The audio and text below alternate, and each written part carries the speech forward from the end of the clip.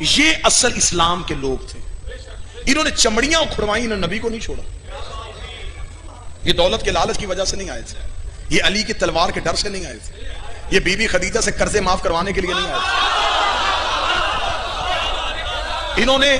انہوں نے اسٹیٹ نہیں دیکھی, انہوں نے یہ دیکھا کہ اسلامی سلطنت بن جائے گی, اسلامی حکومت بن جائے گی, ہم میں سے کوئی گورنر ہو جائے گا, کوئی وزیر خزانہ ہو جائے گا. انہوں نے یہ نہیں دیکھا, انہوں نے صرف کردار مصطفیٰ دیکھا. ان لوگوں نے بھی تیسری خلافت کو قبول نہیں کیا. توجہ سے بات سنتے آئیے. وجہ کیونکہ ان کا مطالبہ یہ تھا کہ ایک بندے کو نبی نے اپنی زندگی میں مدینے سے باہر نکالا تھا. بادشاہ حسین آپ کی تائید پہ آپ کا ہاتھ اٹھانا گواہی کے طور پہ درج ہے. اس بندے کو نبی نے اپنی زندگی میں مدینے سے باہر نکالا تھا. مروان اس کا نام تھا, حکم کا بیٹا تھا. باپ اور بیٹا دونوں مل کے رسالت ماپ گلیوں میں چلتے تھے, یہ پیچھے نبی کی نقلیں اتارتے تھے اور نبی کو تان و تشنیع معاذ اللہ ثم معاذ اللہ توہین کرتے تھے. نبی نے حکم نہیں دیا, اس نے دیا کہ تو برداشت کر لیتا ہے, مجھ سے نہیں. انہیں مدینے سے باہر نکال, انہیں مدینے سے اتنا باہر نکال کہ تیرے بعد جو بھی تیری جگہ پہ آئے وہ ان کو مزید باہر نکال. جب تیسرا خلیفہ آیا تو بجائے ان کو باہر نکالنے کے اسے مدینے بلایا. صرف مدینے ہی نہیں بلایا, اس سے مصر جیسی اہم ریاست کا گورنر بنا دیا. نوجوانوں کے لیے یہ باتیں نہیں ہوں گی, لیکن ضرور ان باتوں کو ذہن میں رکھنا. یہ میں پوری تاریخ کا سفر لمحوں میں کرنے لگا. مصر کا گورنر بنا دیا. مصر اس دور کی سب سے مہنگی اسلامی ریاست تھی, سب سے زیادہ پیسہ مصر سے آتا تھا, اور سب سے بڑے خائن کو اس کے اوپر گورنر لگا دیا. مدینے کے لوگوں نے جو پرانے رہنے والے تھے وہ اکٹھے ہو کے آئے حضرت محمد بن ابی بکر کے پاس. کون کہتا ہے کہ ہم صحابہ کا احترام نہیں کرتے؟ بسم اللہ. محمد بن ابی بکر کے پاس, اور انہوں نے آ کے محمد بن ابی بکر سے کہا کہ آپ جا کے مولا علی سے کہیں کہ اسے کہے کہ اسے مصر کی گورنری سے ہٹائے. محمد بن ابی بکر رات کے وقت مولا علی کے پاس گھر آئے.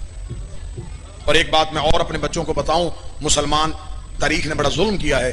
انہوں نے 3 حکومتوں میں جو مولا علی کا دور تھا اسے لکھا کہ علی نے دور جو ہے یہ خاموشی میں گزارا, گوشہ نشینی میں گزارا. علی گھر سے نہیں نکلتے تھے, علی قرآن جمع کرتے تھے. بہت بڑا ظلم ہوا ہے یہ علی جیسی شخصیت کے ساتھ کہ علی کے اتنے لمبے دور کو صرف چند جملوں میں بند کر دیا گیا. اور شیعہ بھی یہی جملے ممبر سے میں نے خود سنے ہیں, بندے کہتے علی قرآن جمع کر رہے تھے.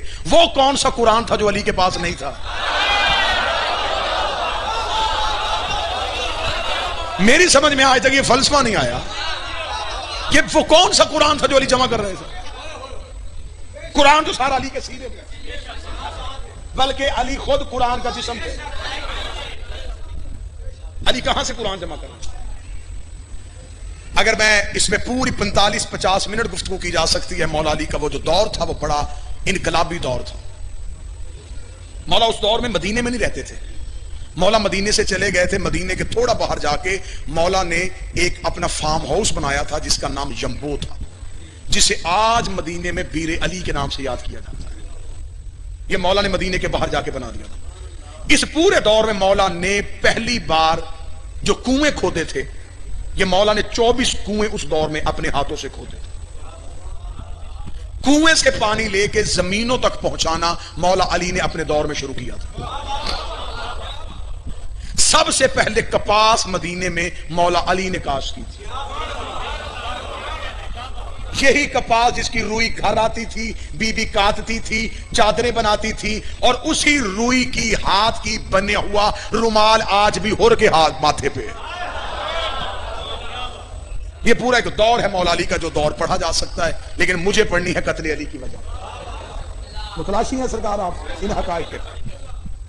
اب محمد بن ابی بکر جو ہے وہ مولا علی کے پاس گئے. مولا علی سے کہا کہ مولا آپ اس سے جا کے کہیں خلیفہ سے کہ یہ اس کو معزول کرے. مولا محمد بن ابی بکر کو ساتھ لے کے دربار میں گئے. جب دربار میں پہنچے تو نوکر نے جا کے انہیں بتایا کہ اصل حاکم آیا ہے. جو بندے سر ہلا رہے ہیں وہ تھوڑی دیر کے لیے اگر جاگ جائیں تو ان کے لیے بہتری ہے. اسے جا کے خبر دی کہ اصل حاکم ہے, حقیقی وارث آیا ہے. وہ اٹھ کے اور کیا آگے انہوں نے مولا علی سے پوچھا, جی ہاں جی اے وسیع رسول، اے جانشین پیغمبر، اے دماد رسول، آپ کیوں آئے؟ مولا فرمایا میں تجھ سے پوچھنے آیا ہوں کہ تو نے اسے مصر کا گورنر کیوں لگا؟ اس کا آپ نے حکم کرتے ہیں تو ہم اسے ابھی عہدے سے ہٹا دیتے، تو آپ کو موضوع بندہ آپ دے دیں جسے ہم مصر کا گورنر لگائیں۔ محمد بن ابی بکر مولا علی کے ساتھ کھڑے تھے، اسے محمد بن ابی بکر طرف دیکھ کے کہا میرے خیال میں محمد سے زیادہ موضوع کوئی نہیں ہے، اسے مصر کا گورنر لگا دیتے۔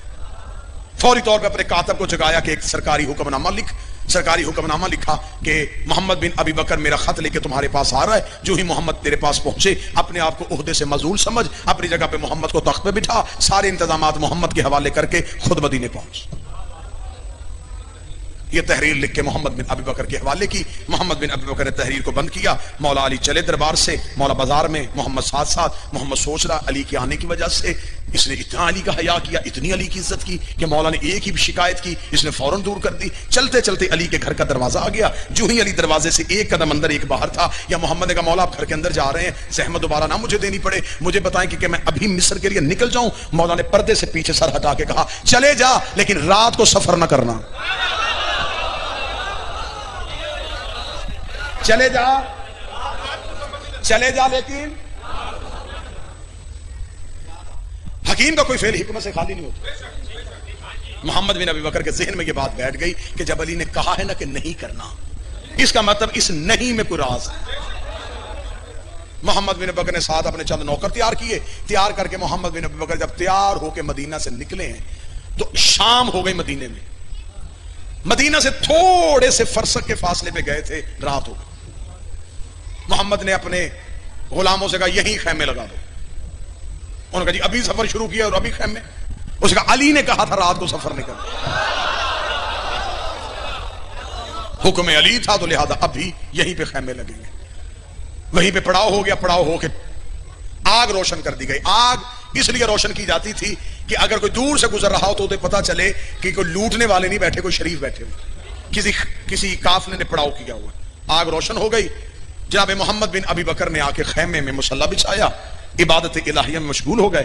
ابھی محمد عبادت کر رہے تھے، یہ محمد کو اپنے کانوں میں کسی گھوڑے کے دوڑنے کے ٹپوں کی آواز آئی۔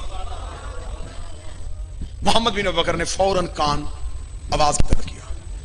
اب آواز سے محمد بن ابی بکر نے اندازہ لگایا ایک ہی گھوڑا ہے، گھوڑا بھی اعلیٰ نسل کا ہے، بھاگ بھی تیز رہا ہے، نکلا بھی ابھی مدینے سے ہے۔ پھر فوراً ذہن میں سوال ہے اگر یہ شخص مدینے سے نکلا تھا، یہ رات کے وقت اکیلا سفر کیوں کر رہا ہے؟ اگر اس نے سفر کرنا تھا تو یہاں قافلہ تھا، یہ قافلے کے ساتھ کیوں نہیں آیا؟ یہ سوال ذہن میں تھے، یہ علی کی بات آ گئی یاد، رات کو سفر نہ کرنا۔ محمد بن ابی بکر تو پہلے ہی رات ڈھونڈ رہا تھا۔ محمد بن ابی بکر نے فوراً خیمے سے باہر نکلے، اپنے نوکر سے جلدی اٹھ، گھوڑے پہ زین رکھ، بندہ پکڑ۔ اسے گھوڑے پہ زین رکھی، گھوڑا دوڑایا، بندہ گرفتار کر کے محمد بن ابی بکر کے قدموں میں۔ محمد نے پوچھا کون ہے تو؟ اسے کہا جی مدینے کا رہنے والا۔ کہاں جا رہا ہے؟ یمن۔ کیوں جا رہا ہے؟ اس نے کہا اسی ذاتی کام کے سلسلے۔ محمد بن ابی بکر نے اپنے نوکروں سے کہا اس کی تلاشی لو۔ جامع تلاشی لی گئی، کچھ ذاتی سامان کو زیادہ رہا، اس کے علاوہ کچھ نہیں۔ محمد نے کہا اور اس کے پاس کیا؟ انہوں نے کہا اس کے گھوڑے کی گردن میں ایک مشکیزہ ہے پانی کا مشکیزہ نکالو۔ کیا ہے اس میں؟ اس کا پانی ہے۔ فرمایا اسے تلوار سے چیرو، چیرا، پانی بہاؤ، پانی بہایا، ہاتھ ڈالو، اندر سے شیشے کی بوتل، اس کے اندر ایک خط۔ محمد بن ابی بکر نے تلوار کی نیام مار کے بوتل کو توڑا، اندر سے خط کو نکالا، خط کو کھولا۔ خط میں لکھا ہوا تھا کہ تیری طرف محمد میرا خط لے کے آ رہا ہے۔ محمد بن ابی بکر کے پہنچنے سے پہلے کہ تیز رفتار گھوڑا سوار سپاہی تجھ تک پہنچ جائے گا، ایک دستہ لشکر کا مصر کے باہر کھڑا کر دینا جو محمد کو تجھ تک پہنچنے سے پہلے قتل کر دے، اور محمد کی لاش کسی ویرانے میں پھینک دینا۔ محمد بن ابی بکر نے خط پڑھا، خط کو بند کیا، منہ مدینے کی طرف کر کے اور سفروں سے بچانے والے،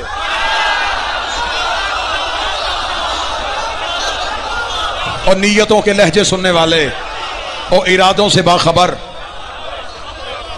اے نوکروں کی عزتیں رکھنے والے، بادشاہ حسین مالک کرم ہو گیا تیرا، بندے کو گریبان سے پکڑا۔ مدینے میں جا کے علی کے دروازے کے باہر محمد بن ابی بکر کے قدم رکے تھے، یہ علی کی حجرے سے آواز آئی، بندہ گرفتار ہو گیا۔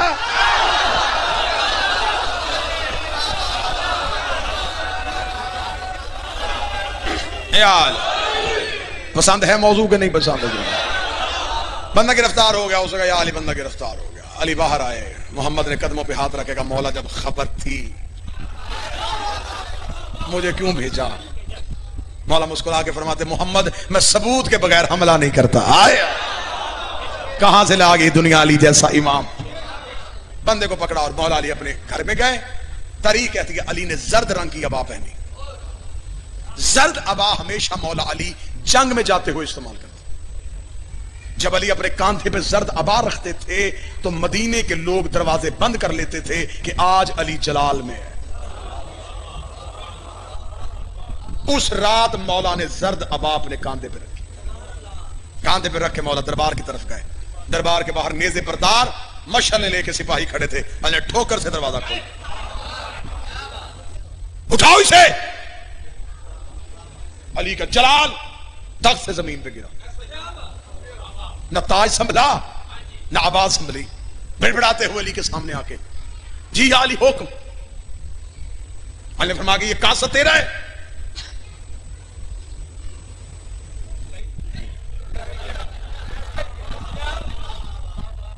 محمد خط دے، خط تیرا ہے؟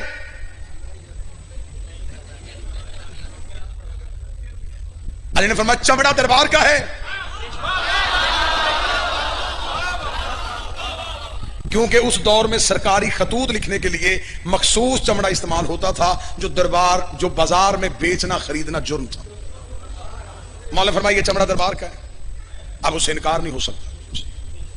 دستخط تیرے ہیں؟ مہر تیری ہے؟ جی میری ہے۔ کاسہ تیرا ہے؟ جی میرا۔ گھوڑا دربار کا ہے؟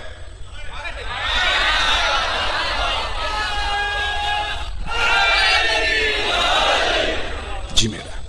اتنا کہنا تھا یا علی مڑے بلا تشبیہ، علی چلنے لگے پیچھے، یا علی بات تو سنیں گے، فرمایا بس اب علی کی کوئی ذمہ داری نہیں۔ ہائے ہائے ہائے بس اب علی کی ذمہ داری۔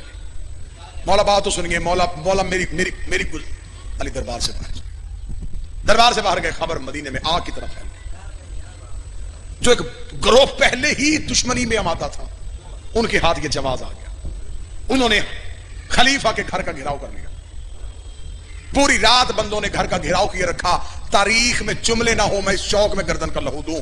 اس نے دیوار کے پیچھے ایک چیز رکھ کے اس میں کھڑے ہو کے اونچی آواز میں کہا کوئی علی کو بتائے کہ میں پیاسا ہوں، کوئی علی کو جا کے خبر دے کہ میں بھوکا ہوں۔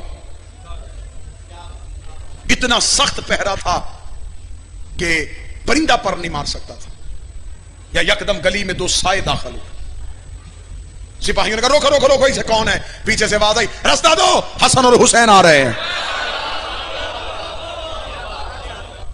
نیزے ہٹے، جب روشنی میں شہزادے آئے، حسن کے ہاتھ میں کھانا، حسین کے ہاتھ میں پانی۔ شہزادوں نے دیوار پہ کھانا اور پانی رکھ کے کہا سخی نے بھیجا ہے۔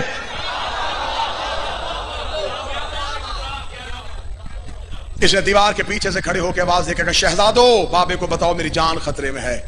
حسن حسین نے کہا تو نے صرف کھانا اور پانی مانگا تھا، حکومت کے معاملات میں علی نہیں بولیں گے، مدینے کے مقامی اختلافات میں علی نہیں بولیں گے۔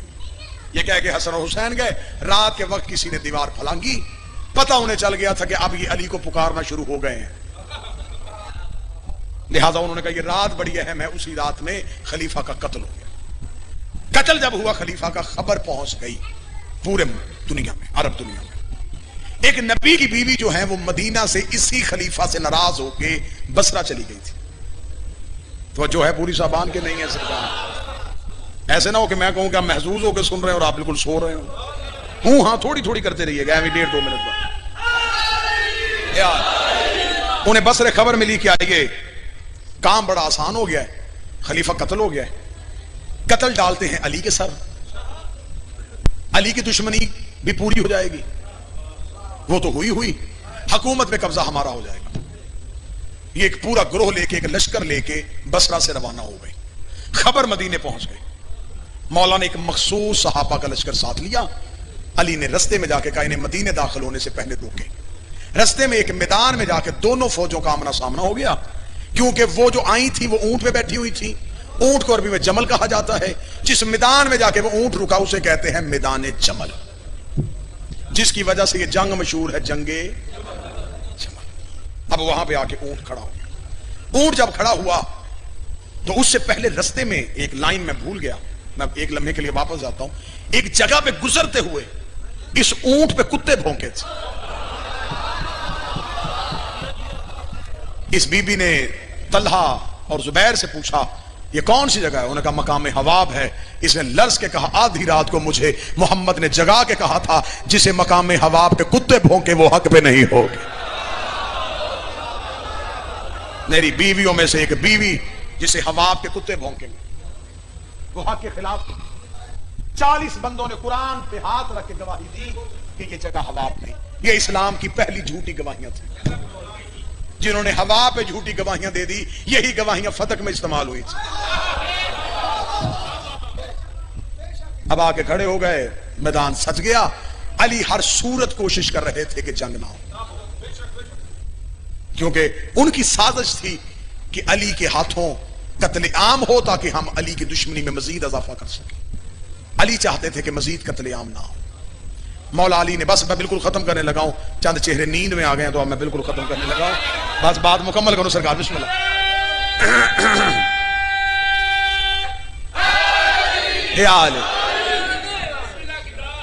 مولا نے بسم اللہ سرکار. بادشاہ حسین عزت ہے. مولا نے جناب حسن کو بھیجا. حسن جا کے سمجھا کے آ. جناب حسن آئے. اس وقت یہ بی بی خیمے میں تھی. حسن نے آ کے کہا میرے بابا علی نے مجھے بھیجا ہے. بابا جنگ نہیں کرنا چاہتے، بابا چاہتے ہیں کہ آپ واپس مدینے خیر و خیریت سے عافیت سے چلے جائیں. یہ گروہ آپ کو اکسا رہا ہے. انہوں نے کہا نہیں، میں ہر صورت میں جنگ کروں.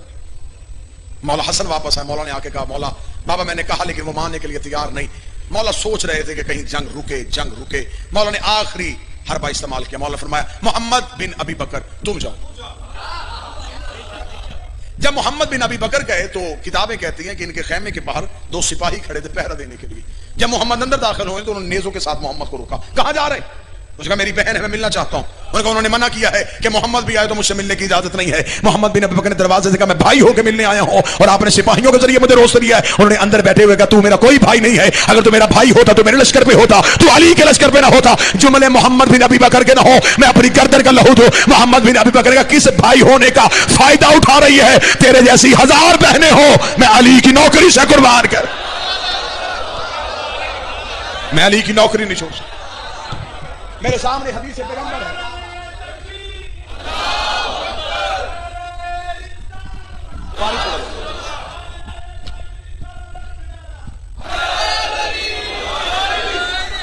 متوجہ صاحب میں وار دوں علی کے نوکری سے. اس کا پھر محمد واپس جا. محمد بن ابی بکر واپس آ گئے. صبح کے وقت اونٹ کو میدان کے بالکل وسط میں لا کے کھڑا کر دیا. تاریخ کہتی ہے اونٹ بھی عام اونٹوں جیسا نہیں تھا. اس کا چہرہ ہیبت ناک تھا، نکیلے دانت تھے، لمبا قد تھا. اونٹوں میں بھی وحشت ناک اونٹ تھا جس میں لا کے اماری رکھی گئی. اماری میں انہیں بٹھایا گیا. ارد گرد ہزار گھوڑوں کا باندھا گیا. جب مولا علی نے فرمایا سپاہیوں سے کہ حملہ کیا جائے، حملہ کرنے کے لیے جب علی کے نوکر آگے گئے اور صف باندھ کے کھڑے ہوئے کہ کوئی مقابلے پہ آنا چاہے تو آئے. کتابیں کہتی ہیں کہ دوسری طرف سے اب کیا سازش ہوئی؟ وہ سازش نہیں ہوئی. ایک سپاہی ادھر سے آتا، اونٹ کی مہار چومتا اور علی کے نوکروں کی تلوار کے نیچے جا کے اپنی گردن کر دیتا. گردنیں کٹنی شروع ہو گئی. لوگ رضاکارانہ طور پہ اپنے آپ کو موت کی گھاٹ اتارنا شروع. سپاہیوں نے کہا یہ علی لڑے کس سے؟ ہم لڑنے کے لیے تیار ہوتے ہیں، وہ سامنے آ کے گردنیں کر دیتے ہیں. اونٹوں کی کوئی مہار چوم رہا ہے، کوئی اونٹ کے پاؤں چوم رہا ہے. علی نے کھڑے ہو کے فرمایا مجھے اندیشہ ہے جیسے سامری کے بچڑے کی پوجا ہوئی تھی اس اونٹ کی پوجا نہ ہونی شروع ہو جائے. تو مولا پھر اس کا حل کیا؟ مولا نے فرمایا اس کا حل ہے سپاہی واپس آؤ، تیر انداز نیچے اترو، واپس آؤ. سارے علی کے پیچھے واپس آئے. مالک اشتر خیمے سے نکلے. حکم بادشاہ. مالک گھوڑے کی زین پہ، تلوار نکال. مالک گھوڑے کی زین پہ بیٹھے. مولا حکم فرمایا اونٹ کی ٹانگ کاٹ کیا.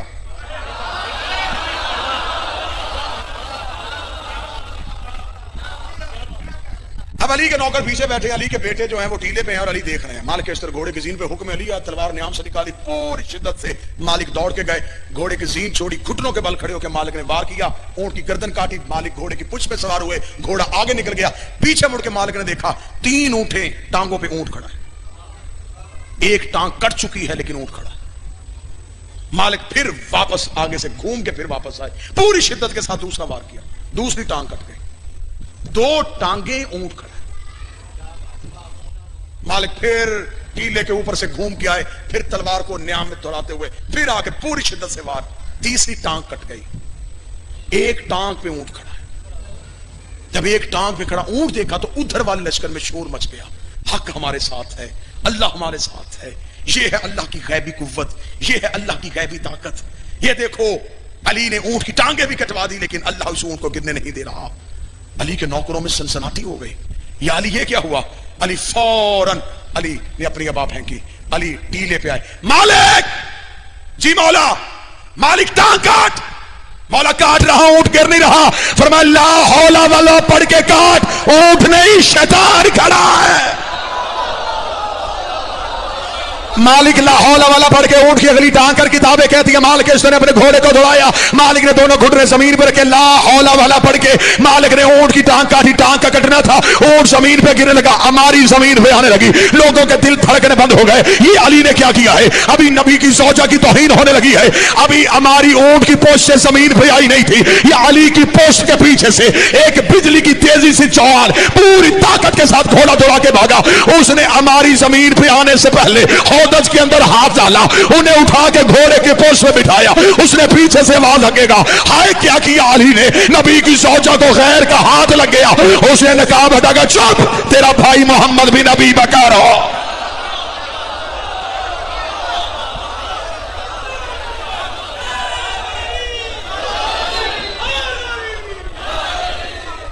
بغیر نہیں،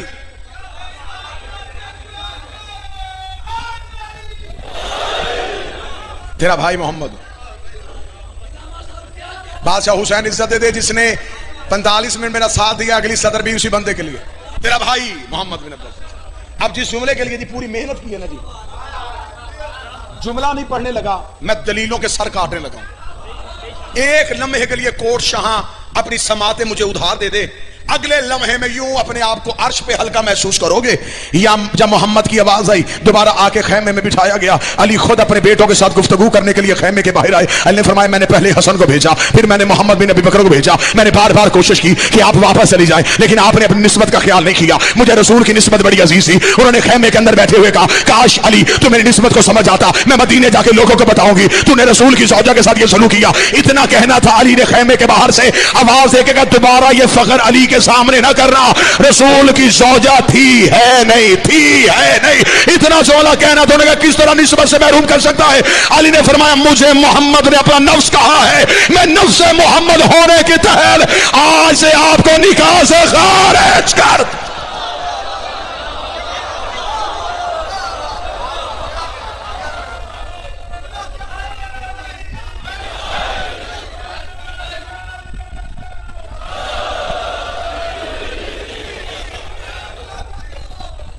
میں ہوں نفس پیغمبر، میں ہوں نفس اللہ.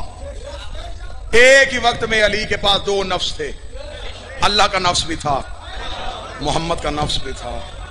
اور جو نکاح پڑھواتے ہیں پڑھتے ہیں انہیں پتا ہے جب صیغہ نکاح پڑھا جاتا ہے تو نفسی کا لفظ آتا ہے، نکاح جسم کا نہیں نفس کا ہوتا. نفس محمد کا نام علی ہے، نفس محمد تھا نہیں، نفس محمد ہے.